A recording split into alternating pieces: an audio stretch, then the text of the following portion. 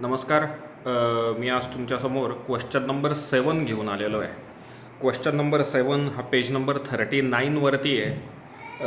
त्याच्यात सगळ्यात आधी आपल्याला ॲडजस्टमेंटच्या टिकआउट करायच्या आहेत. ॲडजस्टमेंट नंबर 1 ही क्लोजिंग स्टॉकची आहे, याचं काहीच होणार नाही, म्हणजे टिकआउट नाही होणार. ॲडजस्टमेंट नंबर 2 ही आहे डेप्रिसिएट लँड अँड बिल्डिंग आणि मशिनरीची, म्हणजे एक टिक करायची आपल्याला लँड अँड बिल्डिंगवरती आणि एक टिक करायची आपल्याला मशिनरीवरती. बरोबर, एक टिक लँड अँड बिल्डिंगला आणि एक टिक मशिनरीला. त्याच्यानंतर पुढची ॲडजस्टमेंट आली आहे, create provision for bad and doubtful डेप्ट on debtor and write off ₹1000 for bad डेप्ट.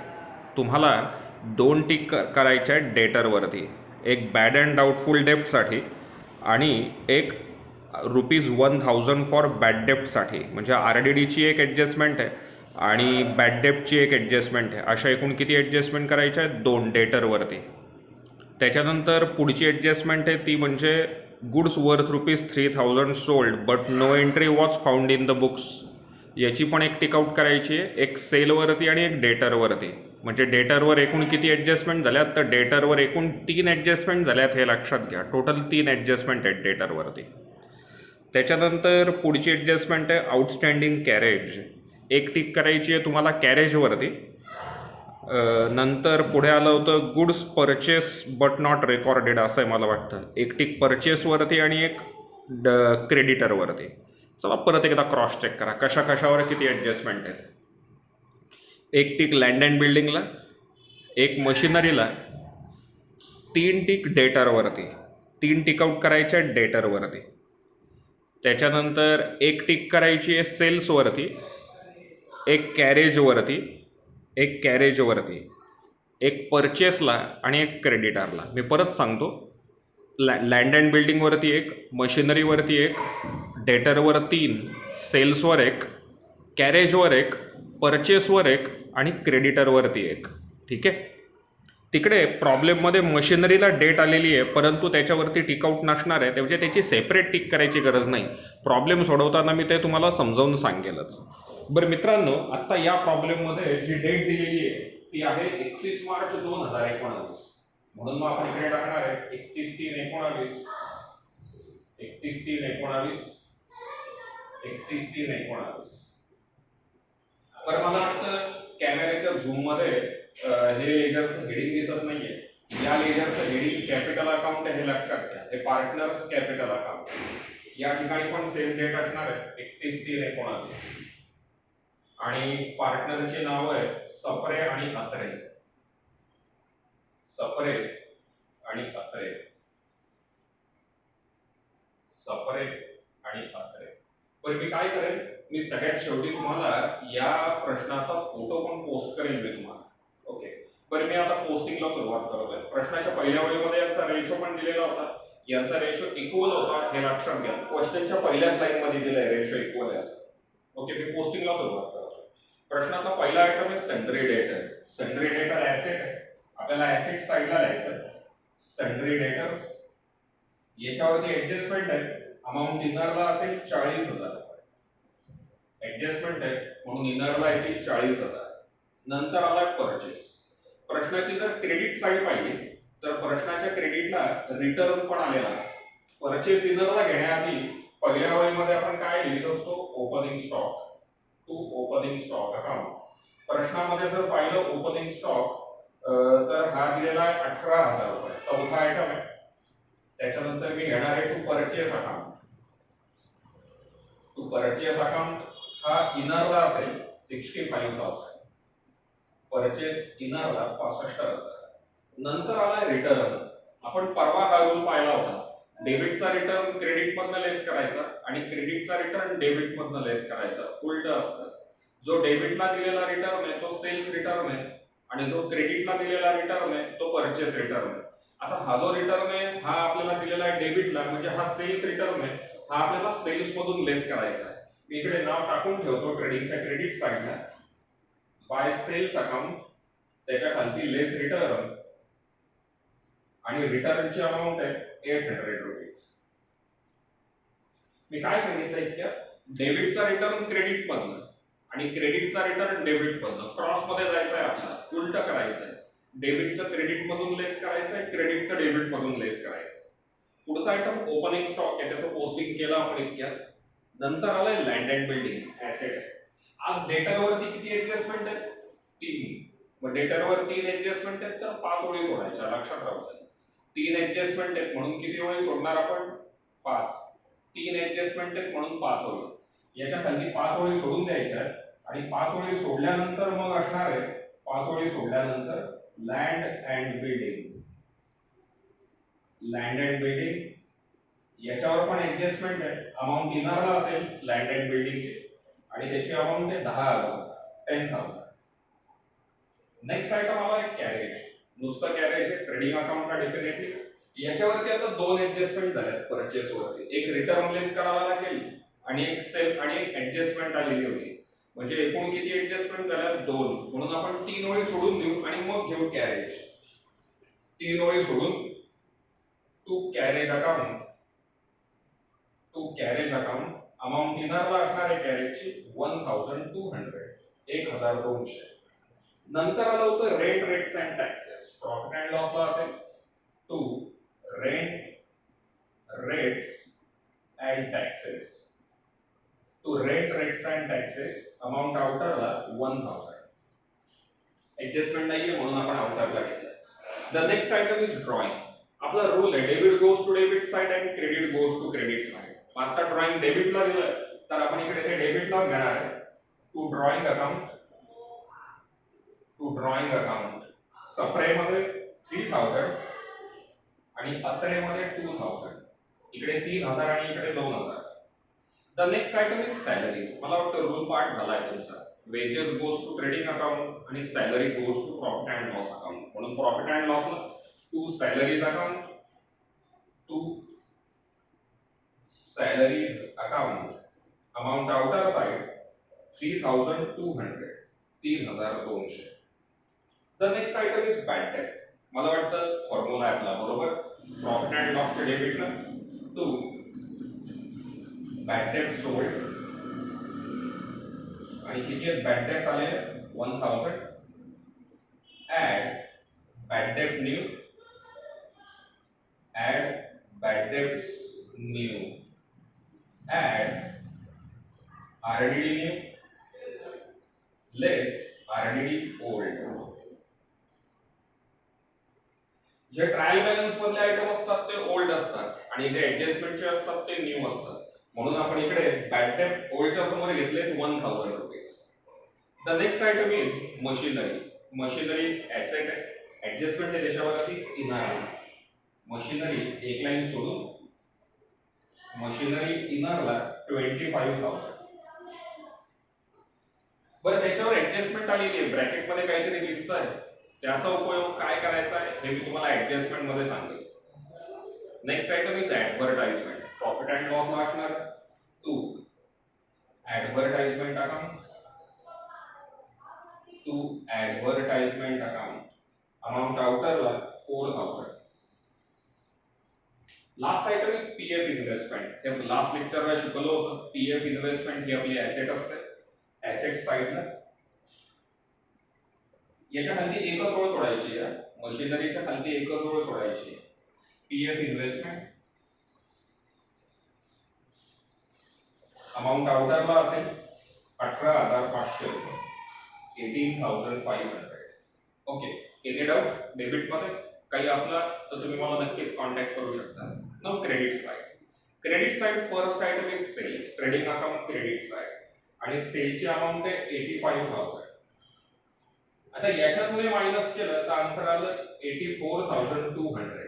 त्याच्यावरती अजून एक ऍडजस्टमेंट आहे म्हणून किती अमाऊंट अजूनही इनरला ठेवलेली आहे. Next item. The next item is sundry creditor. Debtor is our asset and creditor is liability. मी इकडे 3-4 लाईन सोडून देईल आणि मग घेईल सन्ड्री क्रेडिटर इनर साइडला. सन्ड्री क्रेडिटर इनरला 23,000. Next item is sundry income. Profit आहे, प्रॉफिट अँड लॉसच्या क्रेडिटला एक लाईन सोडून बाय सन्ड्री इन्कम अकाउंट आणि त्याची अमाऊंट आहे सॅलरी इन्कमची 2000 rupees. Salary income 2000. Any doubt? Perfectly clear? Okay, next item is capital. कॅपिटलच्या क्रेडिट साइडला बाय बॅलन्स ब्रॉट डाऊन आणि त्याची अमाऊंट आहे 35,000 आणि 35,000. बाय बॅलन्स ब्रॉट डाऊन 35,000 आणि 35,000. Next is provident fund. Provident fund he liability असते. मला तरी असं वाटतं तुम्ही आता इथून पुढे लक्षात ठेवाल, कुठल्याही प्रकारचा रिझर्व्ह, फंड आणि प्रोव्हिजन हे आपल्या लायबिलिटी असतात. काय काय सांगितलं मी? रिझर्व्ह, फंड आणि प्रोव्हिजन हे आपल्या काय असतात? कायम लायबिलिटी. लिहून घ्या. परत मी एकदा सांगतो, कुठल्याही प्रकारचा रिझर्व्ह, फंड आणि प्रोव्हिजन. रिझर्व्ह, फंड आणि प्रोव्हिजन हे आपल्या काय? लायबिलिटी आहेत. Next item is return. आता हा क्रेडिटला आलाय म्हणून परचेस मधून लेस होणार आहे. लेस रिटर्न, हा परचेस मधून लेस होईल. लेस रिटर्न 1500 आणि याचा आन्सर आलाय 63,500, 63,500. नेक्स्ट तो पण येणारला ऍडजस्टमेंट आहे का? Next item is commission pre receive. Line is important. Pre receive. मला वाटतं आपण आजपर्यंत प्रीपेड पाहिलंय, तसं हे आलंय प्री रिसीव्ह. आपण एक उदाहरण समजावून घेऊया. What is mean by pre receive? Suppose तुम्ही माझ्याकडे जॉबला आहेत असा विचार करा. तुम्ही कामाला आहेत, माझ्याकडे नोकरीला आहेत, बरोबर. आता 1 मेला, बरोबर 1 तारखेला, 1 मेला मी तुम्हाला एप्रिल महिन्याचं पेमेंट केलं. एप्रिल महिन्याचा पगार मी तुम्हाला 1 मेला दिला. Is it your income? एप्रिलचं पेमेंट मी तुम्हाला कधी केलंय? मे मध्ये. तुमचं ते इन्कम आहे का? हो, बरोबर, ते तुमचं इन्कम आहे. परंतु due to some personal problem तुम्ही माझ्याकडे 2 महिन्याचा पगार ऍडव्हान्स मध्ये घेतला. माझ्याकडनं किती महिन्याचा पगार ऍडव्हान्स मध्ये घेतला? 2 महिन्याचा. म्हणजे मी तुम्हाला एप्रिलचा तर दिलाच, प्लस एक्स्ट्रा किती महिन्याचा दिला? 2 महिन्याचा. Now think for these 2 month. या 2 महिन्याचा विचार करा. मी हे तुम्हाला ऍडव्हान्स मध्ये दिलेत. हे 2 महिने तुम्हाला रिसिव्ड आहेत का नाहीत? मी पैसे दिले की घ्या, हे पैसे घेऊन टाका. एप्रिलचा तर दिला, प्लस 2 महिन्याचा मी एक्स्ट्रा दिला. तर हे 2 महिन्याचे पैसे तुम्हाला मिळाले का नाही मिळाले? पैसे तुमच्या अकाउंटला जमा झाले का नाही? मी दिले तुम्हाला. येस, तुमच्या अकाउंटला जमा झाले म्हणजे तुम्हाला ते रिसिव्ड आहेत, बरोबर. पण ते प्री रिसिव्ड आहेत का? जसं प्रीपेड असतं, पुढचा खर्च आपण आत्ताच करतो, तसंच हे तुम्हाला प्री रिसिव्ड आहेत का? हे परत एकदा सांगतो मी काय सांगितलं. समजा आजची 1 मे तारीख आहे. मी तुम्हाला एप्रिल महिन्याचं पेमेंट केलं, बरोबर, काही डाऊट नाही, ते तुमचं इन्कम झालं. परंतु तुम्ही माझ्याकडनं 2 महिन्याचा पगार एक्स्ट्रा मध्ये घेतला. मी दिला तुम्हाला, हे घ्या 2 महिन्याचा पगार एक्स्ट्रा. तो रिसिव्ड आहे का नाही? ओके, तो रिसिव्ड आहे. तो कधीचा मिळाला? मागचा का पुढचा? पुढचा मिळाला. म्हणजे तो कसा झाला? प्रीपेड सारखाच प्री रिसिव्ड झाला. समजलाय आता ते तुमचं इन्कम आहे. सॅलरी हे तुमचं इन्कम आहे. परंतु जे पुढचे 2 महिने आहेत, त्या 2 महिन्याचं इन्कम कसं आहे? प्री रिसिव्ड आहे. आणि लिहून ठेवा, म्हणजे मग नसेल लक्षात राहणार तर लिहून ठेवलेलं बेटर आहे. उदाहरण लिहून ठेवा. काय काय सांगितलं पहा. मी 2 महिन्याचा पगार ऍडव्हान्स मध्ये दिला, म्हणजे सॅलरी दिली. Salary is your income. दिलं? ओके. जे 2 महिन्याचा पगार मी ऍडव्हान्स मध्ये दिलाय तो कसा आहे तुम्हाला? Pre received. म्हणजे सॅलरी इज प्री रिसिव्ड, बरोबर. Okay. Now think for these 2 month. हे जे तुम्ही 2 महिने माझ्याकडनं ऍडव्हान्स मध्ये घेतले त्याचा विचार करा. ते 2 महिन्याचे पैसे तुम्ही मला परत फेड करणार आहात का नाही? म्हणजे तुम्हाला ते मला भरून द्यायचे आहेत का नाही? मी तुमच्या पगारातून ते कापून घेईल का नाही? तुम्हाला त्याच्या बदल्यात माझ्याकडे काम करायचंय का नाही? म्हणजेच थिंक फॉर दीज 2 मंथ. ते तुम्हाला पेएबल आहेत का नाही? बरोबर, ते तुम्हाला पेएबल आहे. That is it is your liability. लक्षात येत आहे काय सांगितलं? परत एकदा पाहूया. Salary is our income. तुमचं बरं का, तुम्ही कामाला आहेत माझ्याकडे, मी तुमचं सांगतोय. सॅलरी इज युअर इन्कम, बरोबर. I paid you advance 2 month. मी तुम्हाला 2 महिन्याचा ऍडव्हान्स दिलाय. Think for these 2 month. त्या 2 महिन्याचा विचार करा. ते 2 महिन्याचे पैसे तुम्ही मला परत फेड करू लागतात का नाही लागत? म्हणजे तुम्ही मला ते पेएबल आहात का नाही? तुम्ही मला ते रिटर्न देणार का नाही? त्याच्या बदल्यात तुम्ही माझ्याकडे काम करणार का नाही? Yes. So it is your liability. मग लिहून ठेवा. Prepaid expense is asset. Prepaid expense is asset लिहिलंय. आणि तसंच pre received income is liability. Pre received income is liability. Correct. Pre received income is liability. Now हे जे commission होतं हे कमिशन आपल्याला क्रेडिट साईडला दिलं आहे. बरोबर. हे जे कमिशन हे क्रेडिट साईडला दिलं आहे. क्रेडिट साईड म्हणजे income side. Credit or gain side income. So it is pre received income and ultimately it becomes our liability. म्हणून मी त्याला लायबिलिटी साईडला येतो. याच्या खाली एक लाईन सोडून pre received commission. Pre received commission. Pre received commission 800. बरं मी याला स्टार करून ठेवतोय. याला स्टार का करतोय? जर समजा हा आयटम तुम्हाला नाही समजला तर बिनदिक्कत मला कॉन्टॅक्ट करा. माझा नंबर तुमच्याकडे आहेच आणि नसला तर लिहून घ्या. 922 68 94253. 922 68 94253. मला बिंदास तुम्ही कॉन्टॅक्ट करू शकता. मी तुम्हाला नक्कीच हे परत समजावून देईन. Last item is RDD. हा ट्रायल बॅलन्स मध्ये आलाय म्हणजे हा ओल्ड आहे. RDD old 400 rupees. RDD old 400 रुपये. बरोबर. मला वाटतं इथपर्यंत तुम्हाला ट्रायल बॅलन्सचं पोस्टिंग व्यवस्थित कळालेलं असेल. जर समजा ट्रायल बॅलन्सच्या पोस्टिंग मध्ये काही डाऊट असला तर मला नक्कीच कॉन्टॅक्ट करा. इतक्यात मी नंबर दिलाच आहे माझा. नाउ मी आता ऍडजस्टमेंट स्टार्ट करतो. The first adjustment is closing stock. Easy आहे. Trading account credit side by closing stock account. Amount 23,000. Second effect asset side. Closing stock 23,000. Next, depreciate land and building and machinery. First effect depreciation sir less आणि दुसरा profit and loss च्या डेबिटला. पहिल्यांदा land and building मधून less depreciation. Less depreciation 5%. याच्या 5% 500. Answer outer side 9,500. Any doubt? Perfectly clear. Second effect बाकी. मी आता machinery मध्ये जातो. मी मशिनरीचे एक वर्किंग नोट घेतोय. बरं माझ्याकडे जागा नाहीये म्हणून मी इथे लिहितोय.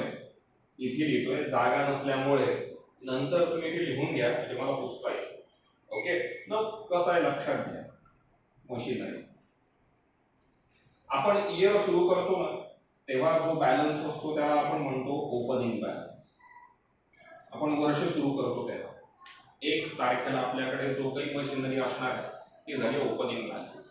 मग काय करतो आपण ड्युरिंग द इयर त्याच्यात काही ऍडिशन करतो. मग ती ऍड होईल का लेस होईल?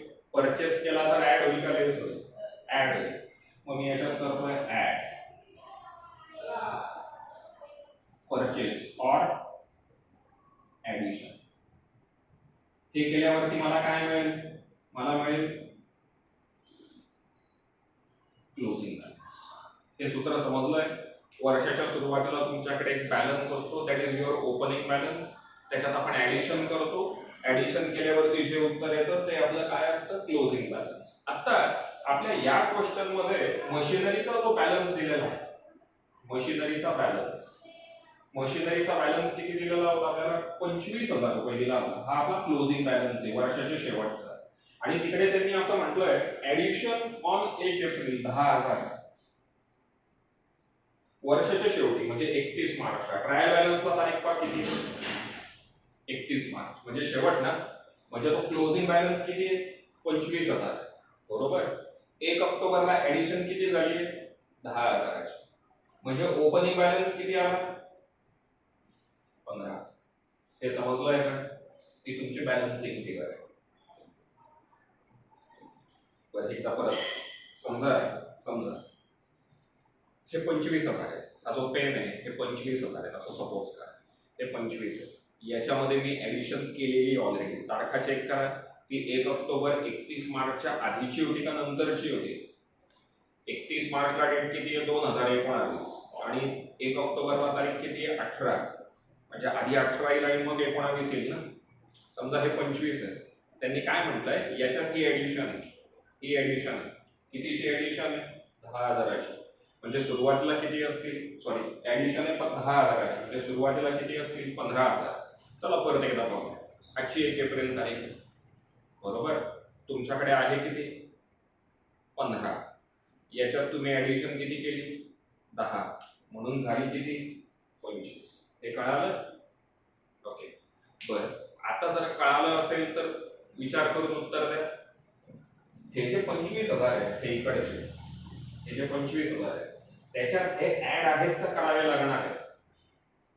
या 25,000 का ऑलरेडी ऍड आहेत का ऍड करावे लागणार आहेत?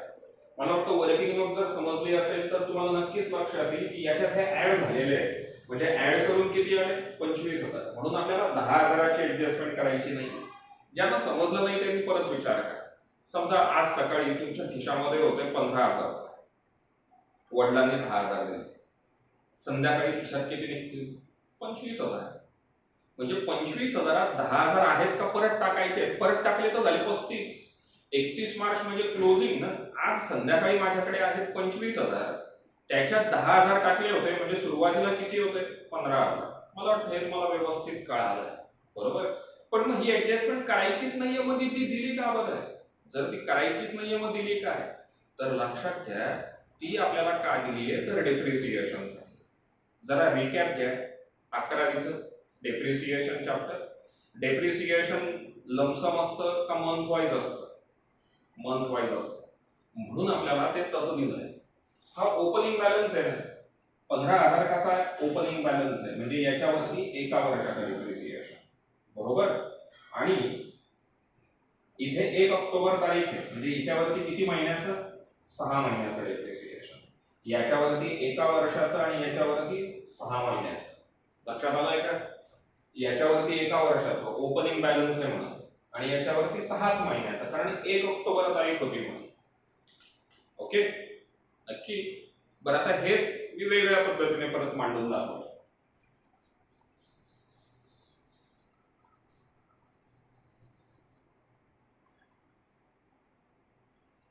मशिनरी 25,000, याचे 2 पार्ट्स आहेत. ओपनिंग 15,000 आणि ऍडिशन 10,000. मग ओपनिंग वरती किती पर्सेंट डेप्रिसिएशन, किती पर्सेंट घ्यायचं आपल्याला 10%. 10% एका वर्षासाठी, आणि याच्यावरती पण 10%, मात्र किती महिन्यांसाठी 6च महिन्यांसाठी. मग याच्यावरती 10% एका वर्षासाठी, म्हणजे ते झाले 1,500. याच्यावरती 10% म्हणजे 1,000, 6 महिन्याचे झाले 500, म्हणून डेप्रिसिएशन किती आलं 2,000 रुपये डेप्रिसिएशन आलं. मला वाटतं पुस्तकामध्ये पण वर्किंग नोट दिली आहे, ती वर्किंग नोट ही या पद्धतीने दिली आहे. सुरुवातीला 15,000 आहे, इकडे 10,000 आहे, याच्यावरती एका वर्षाचं म्हणजे 12 महिन्याचं डेप्रिसिएशन आलं 1,500, याच्यावरती 6 महिन्याचं डेप्रिसिएशन आलं 500, म्हणून दोन्ही मिळून झाले 2,000. मला वाटतं हे तुम्हाला व्यवस्थित कळालं, आणि नाही कळालं तर आहेत संपर्क साधा, फोन फ्रेंड. इकडनं मी करतोय लेस डेप्रिसिएशन 2,000 रुपये, आन्सर आउटरला जाईल 23,000. सेकंड इफेक्ट प्रॉफिट अँड लॉसच्या लिमिटला to depreciation account, to depreciation account underline. त्याच्या अंडर लँड अँड बिल्डिंग 500, आणि नंतर मशिनरी 2,000. लँड अँड बिल्डिंग 500 आणि मशिनरी 2,000. ओके. बरं, ही जी वर्किंग नोट आहे ही वर्किंग नोट पुस्तकात पण दिली आहे, म्हणून मी ओके लिहून घ्या, वेळ देतो मी तुम्हाला. चला लिहून घ्या, लिहून घ्या.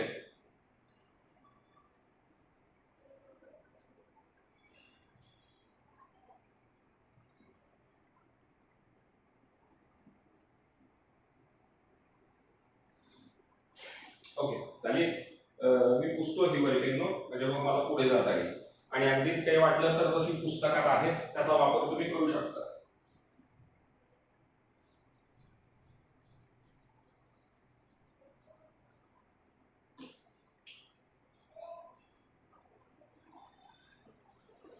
बरं, मी याला स्टार मार्क करून ठेवतोय, म्हणजे तुम्हाला याच्याबद्दल काही डाऊट्स असतील तर मला विचारता येईल.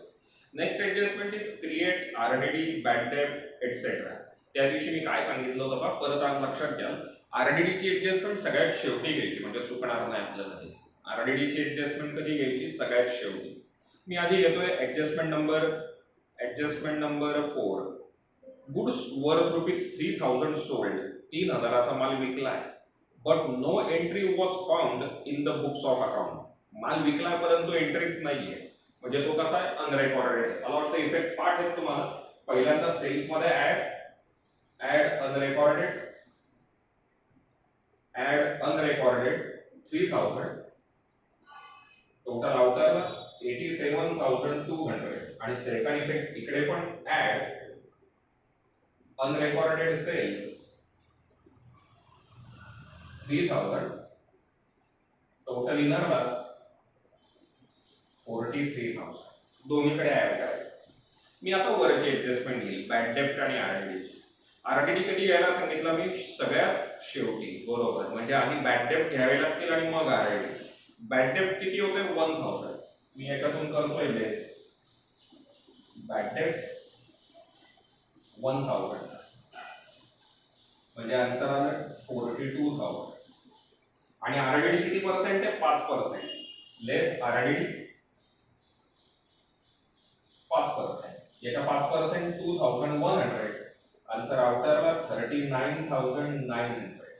ओके, चला परत एकदा पाहूया. मी काय सांगितलं? आरडीडी सगळ्यात शेवटी. आधी बाकीचे ऍडजस्टमेंट करून घ्यायचे आणि आरडीडी सगळ्यात शेवटी घ्यायचं. म्हणून मी आधी घेतली ऍडजस्टमेंट नंबर 4. ऍडजस्टमेंट नंबर 4 ही अनरेकॉर्डेड सेल्सची आहे, म्हणून सेल्स मध्ये ऍड केलं आणि डेटा मध्ये पण ऍड केलं, दोन्हीकडे ऍड केलं. त्याच्यानंतर मी घेतली ऍडजस्टमेंट नंबर 3. आरडीडी आहे आणि बॅड डेप्ट आहे. आत्ताच म्हटल्याप्रमाणे बॅड डेप्ट सगळ्यात शेवटी, म्हणून आधी मी आरडीडी सगळ्यात शेवटी, आत्ताच म्हटल्याप्रमाणे आरडीडी सगळ्यात शेवटी, म्हणून मी आधी बॅड डेप्ट लेस केले आणि मग आरडीडी घेतलं. Can you tell me these two items are new or old? ते न्यू आहेत का ओल्ड आहेत? बरोबर, न्यू आहेत. ते न्यू आहेत, म्हणून मी इकडे घेतोय बॅड डेप्ट न्यू 1000 आणि आरडीडी न्यू 2100. जरा हा फॉर्म्युला चेक करा. इथे फक्त मायनस आहे इथे, आणि हे बाकीचे काय? प्लस आहेत. म्हणजे या तिघांची प्लस होईल आणि त्याच्यातून ₹400 मायनस होते. या तिघांची जर आपण प्लस केली तर ते 4100, बरोबर. आणि त्याच्यातून 400 मायनस केले तर आले आउटरला 3700, 3700. Is it out? Okay, next. The next item is outstanding carriage. आपल्याला कॅरेज मध्ये ऍड करायचं. Add outstanding 500. ओके, ही कुठली साईड आहे? डेबिट का क्रेडिट? डेबिट. आउटस्टँडिंग एक्सपेन्सेस और लायबिलिटी, बरोबर. किंवा हा इफेक्ट डेबिटला आहे तर दुसरा इफेक्ट क्रेडिटला म्हणजे लायबिलिटीला. मी लायबिलिटी साईडला घेईन. Outstanding carriage 500 rupees. Next item, last adjustment परचेसची. Purchase but not recorded. मला वाटतं पाठ झालीये तुम्हाला. काय करायचं आहे? पहिला इफेक्ट परचेस मध्ये ऍड आणि दुसरा क्रेडिटर मध्ये ऍड. किती रुपये अमाऊंट आहे त्याची? 8000 रुपये. परचेस मध्ये ऍड अनरेकॉर्डेड 8000 आणि क्रेडिटर मध्ये पण ऍड अनरेकॉर्डेड 8000. परफेक्ट, दोन्हीकडे ऍड केले.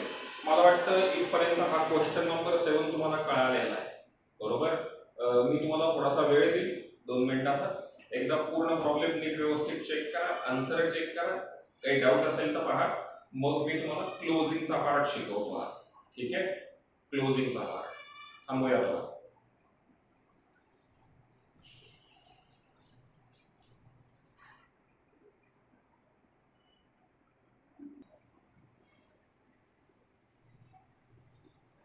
ओके, मला वाटतं सगळं तुम्हाला समजलेलं आहे असं मी सपोज करतो.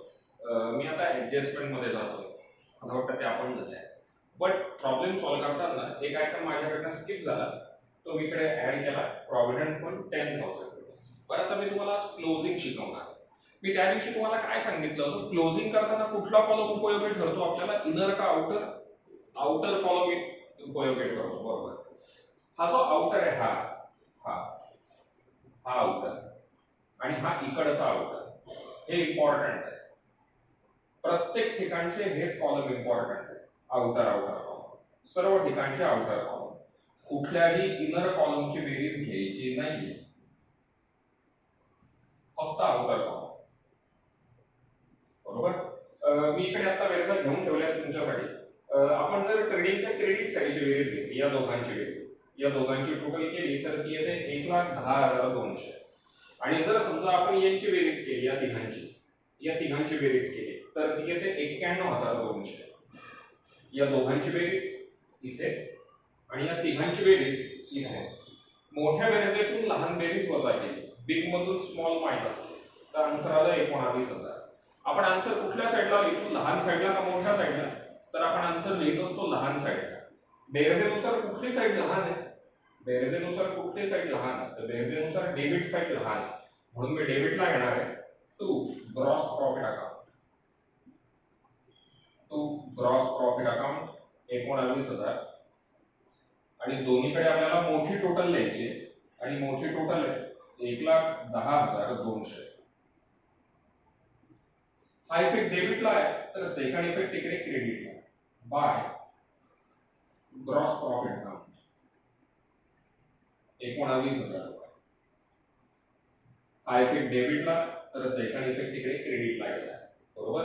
आता आपण परत तसंच करणार, क्रेडिटची बेरीज घेणार 19 अधिक 2 ही आहे 21,000.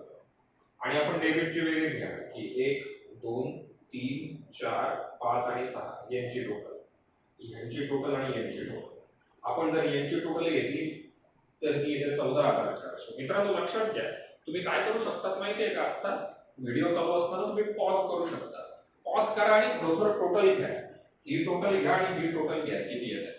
बरं, मी काय केलं, याच्यातून हे मायनस केलं तर आन्सर आलं 6,600, बरोबर. नेट प्रॉफिट झालाय 6,600. आता या बिझनेसमध्ये दोन पार्टनर आहेत, कोण कोण, सप्रे आणि अत्रे. दोन पार्टनर आहेत, समजा हे ते दोन पार्टनर आहेत, सप्रे आणि अत्रे. पण ट्रायल बॅलन्सच्या वरती दिलं होतं, यांचा रेशो कसा आहे, याचा इक्वल आहे. मग जर रेशो इक्वल आहे तर 6,600 पण इक्वल करावे लागतील ना. रेशो इक्वल आहे म्हणून हे इक्वल करायचे. 6,600 निम्मे निम्मे वाटले, याला आणि याला 50-50%. तर दोघांना निम्मे निम्मे म्हणजे किती जातील, 3,300 आणि 3,300. कुठली बेरीज कमी आहे, डेबिटची बेरीज कमी आहे म्हणून मी डेबिटला गेलोय. तो net profit account, to net profit account, त्याच्यात सप्रे आणि अत्रे 3,300 टोटल आउटरला 6,600. आणि दोन्हीकडे मोठी टोटल लिहायची आपल्याला आणि मोठी टोटल आहे 21,000, 21,000. दोन्हीकडे मोठी टोटल, सेम टोटल दोन्हीकडे घेतली आपण, ठीक आहे. बरं, आता हा इफेक्ट डेबिट साइडला आहे म्हणून सेकंड इफेक्ट आपल्याला इकडे क्रेडिटला घ्यायचा आहे, by net profit account 3,300. He total घेतली, ही आली 38,300, 38,300. ही पण घेतली 38,300. या दोन्ही टोटल डेबिटला लिहिली, का बरं डेबिटला, ही टोटल कमी आहे म्हणून. दोन्हीकडे आपण मोठी टोटल लिहित असतो. आता 38 मधून 2,000 गेले म्हणजे उरले 36. 38 मधून 3 गेले म्हणजे उरले 35. आपण याला नाव देणार टू बॅलन्स कॅपिटल. आता ऍज पर द रूल हा इफेक्ट कुठल्या साइडला आला, डेबिटला आला. मग पहिला इफेक्ट डेबिटला म्हणून दुसरा इफेक्ट क्रेडिटला. आणि याच्यात कुठली क्रेडिट साइड असते, तर लायबिलिटी साइड क्रेडिट असते, म्हणून आपण लायबिलिटीला घेणार आहे कॅपिटल अकाउंट, त्याच्यात सप्रे 35,300 आणि अत्रे 36,300. आणि परत सेम तसंच दोन्हीकडची टोटल घ्यायची, आउटर दोन्हीकडची आउटरची टोटल घ्यायची, ही टोटल आणि ही टोटल. मला वाटतं जर तुम्ही दोन्हीकडची आउटरची टोटल घेतली तर ती येईल 1,13,900. 1,13,900. 1,13,900 1,13,900 बरोबर. मला वाटतं हा प्रश्न तुम्हाला व्यवस्थित समजलेला आहे. जर समजा या प्रश्नामध्ये काही डाऊट असला तर तुम्ही नक्कीच मला कॉन्टॅक्ट करा. माझा नंबर तुमच्याकडे आहेच, परत एकदा मी सांगतोय, लिहून घ्या. 9226894253.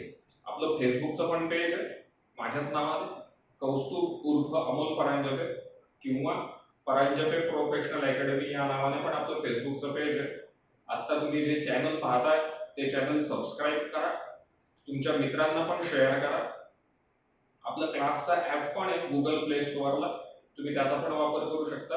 त्याच्यात पण काही स्टडी मटेरियल उपलब्ध आहे आणि अर्थात मी तुमच्यासाठी कधी पण उपलब्ध आहे. तुम्ही नक्कीच मला कॉन्टॅक्ट करू शकता. व्हॉट्सअपवरती संपर्क साधा. काहीही प्रश्न असला तर मला विचारू शकता, मी तुम्हाला त्याचं उत्तर नक्कीच देईन. धन्यवाद.